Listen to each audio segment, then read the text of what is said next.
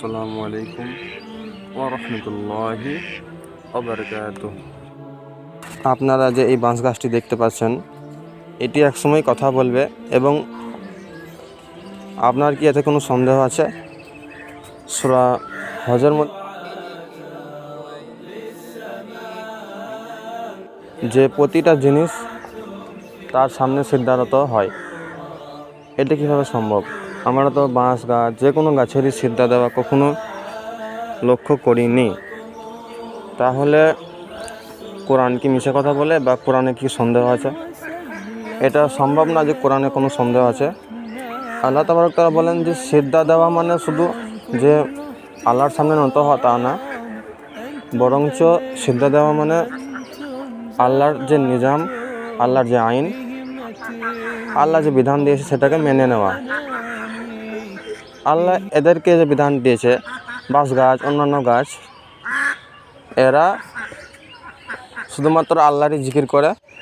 এবং কিছু মুসলিম এটা নিয়ে প্রশ্ন করে যে গাছ কীভাবে জিকির করে।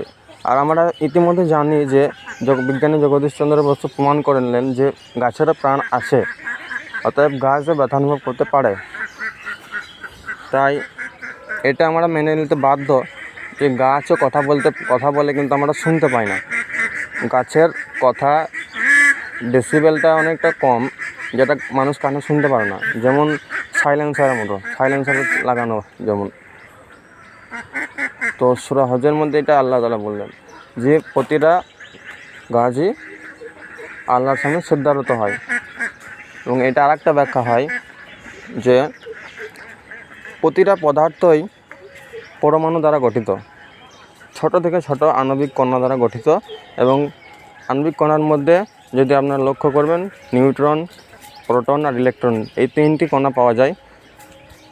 নিউট্রন, ইলেকট্রন, প্রোটন এরা পরস্পরের মধ্যে ঘুরতে থাকে, ফলে পদার্থ গঠিত হয়। এবং এই ঘোরা অনেকটাই কাবা শরীফের তাওয়াফের মতো, অনেকটাই ফেরেশতাদের বাইতুল্লাহ তাওয়াফের মতো। তাই এরাও আল্লাহর ইবাদত করে ওই ঘোরার মাধ্যমেই। এটা মেনে নিতে বিজ্ঞান বাধ্য আছে। আসসালামু আলাইকুম ওয়া রাহমাতুল্লাহি ওয়া বারাকাতুহু।